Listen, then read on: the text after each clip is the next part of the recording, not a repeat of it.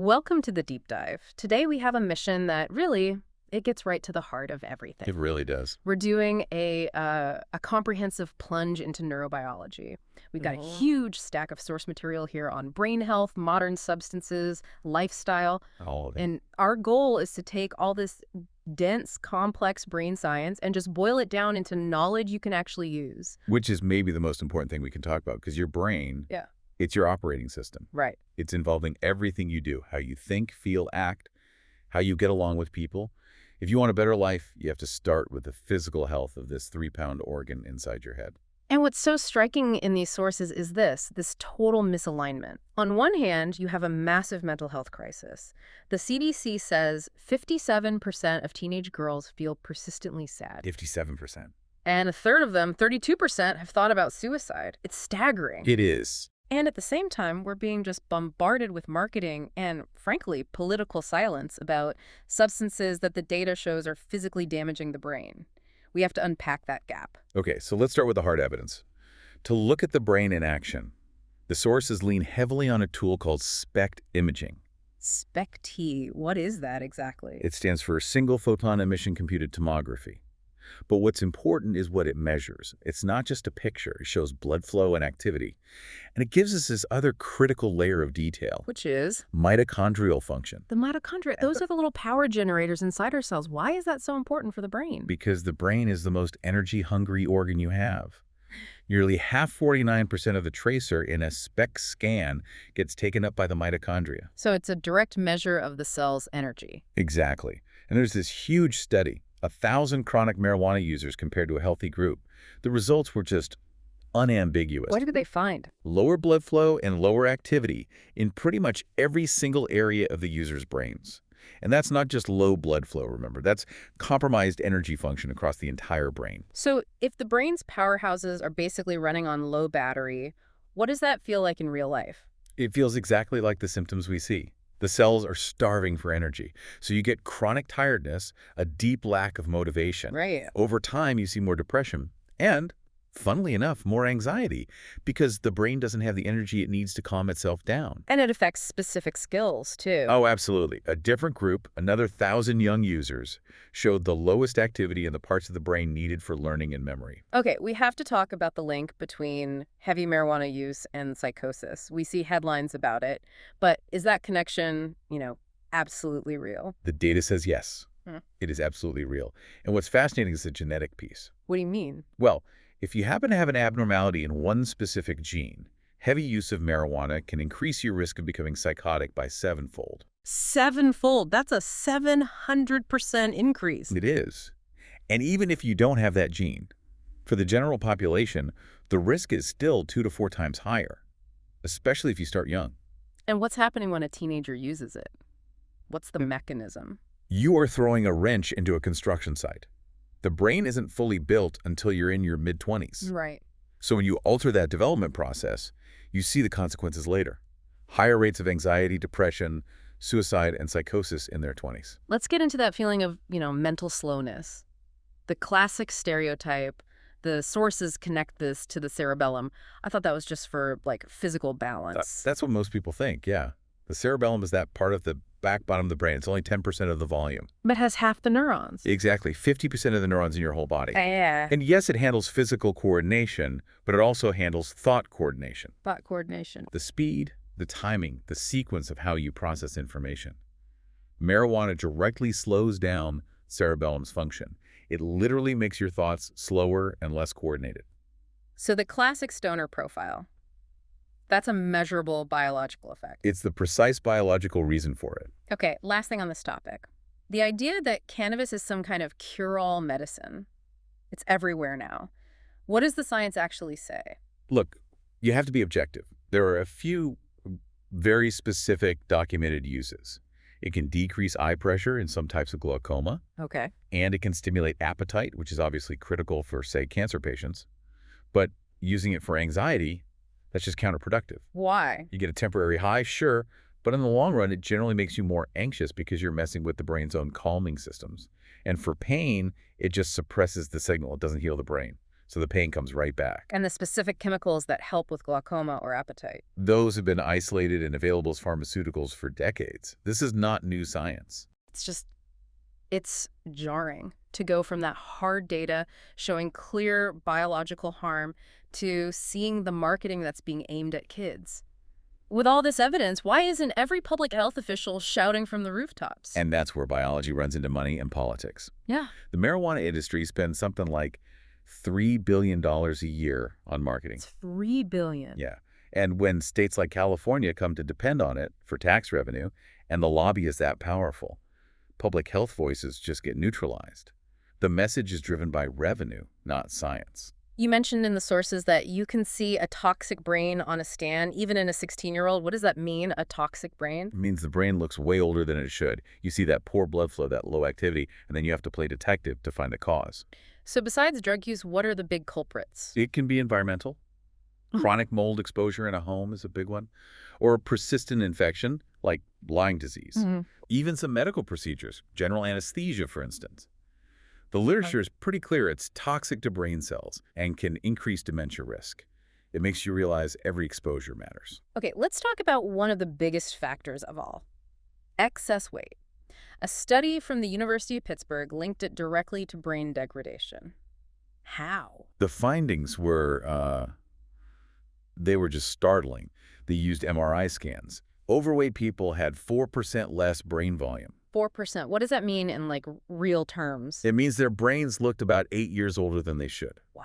And for people who were obese, it was 8% less volume. Their brains look 16 years older. 16 years. But how do we know it's the weight itself and not just, a bad diet or not exercising, which often go with it? That's the key question. The mechanism seems to be that the fat itself is the problem, especially belly fat. Visceral fat is not just sitting there. So it's active. It's biologically active. It pumps out these inflammatory molecules, they're called cytokines, into your blood.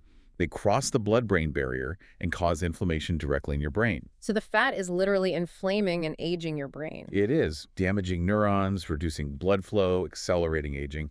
And then there's the hormonal chaos. What does it do to hormones? It's terrible. Excess fat basically acts like an organ that flips your healthy testosterone into a cancer-promoting form of estrogen. So your testosterone levels plummet, which, by the way, is another thing marijuana use also does, conclusively. And we have to connect these choices we make to the next generation. We have to talk about epigenetics. Right, epigenetics. Define that for us. And why should someone listening care about how their choices today affect people who aren't even born yet? Epigenetics are basically switches on your genes. Your choices, your environment, what you're exposed to, it all flips these switches on or off. And you should care because your health story doesn't end with you. How so? Well, think about this. A baby girl is born with every single egg she will ever have. So those eggs are already being affected by the epigenetic switches being flipped in her mother's body. Your lifestyle today can influence the health of your grandchildren. The sources gave some pretty scary examples of this. They did. Things like phthalates, these chemicals in sunscreens and personal products. One study showed moms with high levels had a 5 times greater risk of having a child with autism. 5 times. Or a rat study with aspartame. The rats that consumed it got anxious, but so did their babies and their grandbabies who were never exposed to it.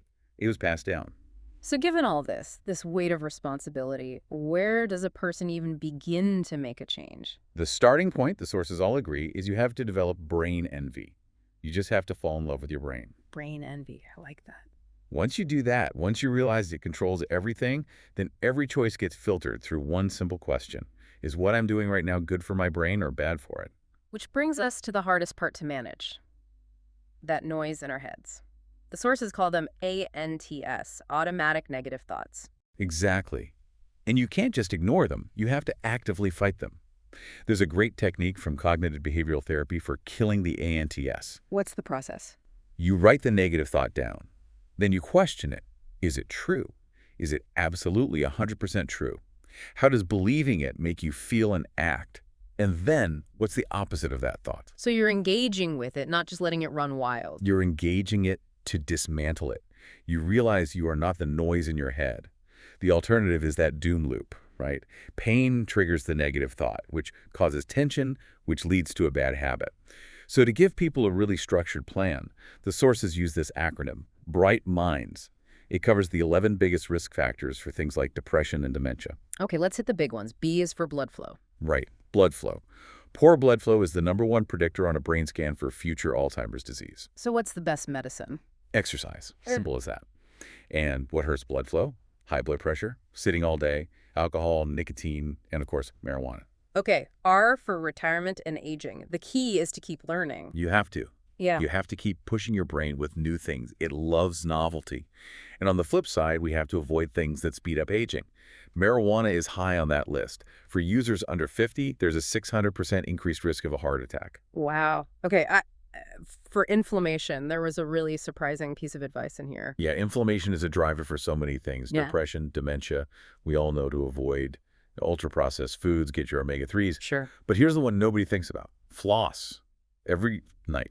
Floss. Gum disease. It creates this low-grade chronic infection in your mouth that pumps inflammation throughout your entire body, including your brain. It's a huge deal. That's a great actionable tip. Okay, M for mental health. The link between depression and Alzheimer's is, well, it's terrifying. It's a massive risk multiplier. Mhm. If you have a history of depression, it doubles the Alzheimer's risk for women, and it quadruples it for men. Quadruples? Yes.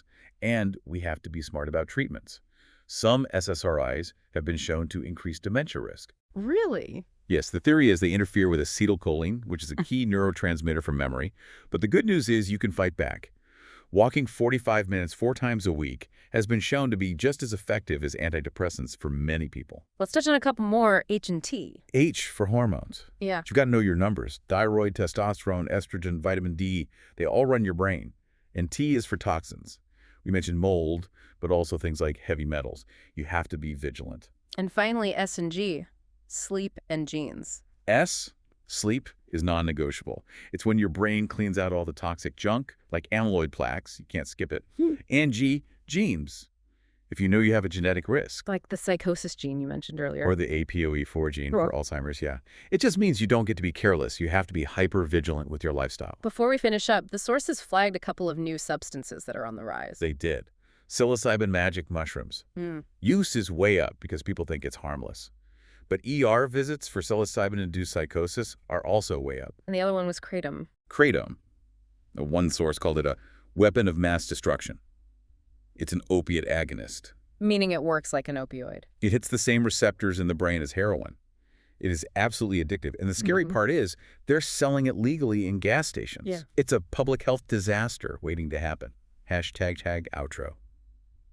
This was just an incredibly dense and vital deep dive. I think the big takeaway is that neuroplasticity, the fact that your brain is always changing, it cuts both ways. It really does. You're not just a victim of your genetics. You are actively wiring your brain every single day for either health or for illness.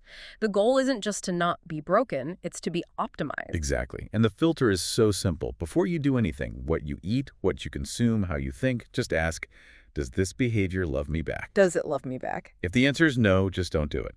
You have to be your own advocate on this journey. Be the cheerleader for your own brain. And we'll leave you with one final provocative thought pulled directly from the source material. Yeah, think about this. If an evil ruler wanted to control a population, to make them docile and easy to manage, what would they do? Okay.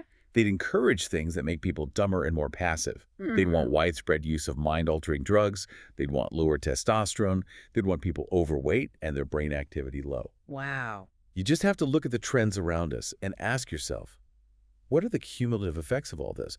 Not just on us as individuals, but on the future of our society.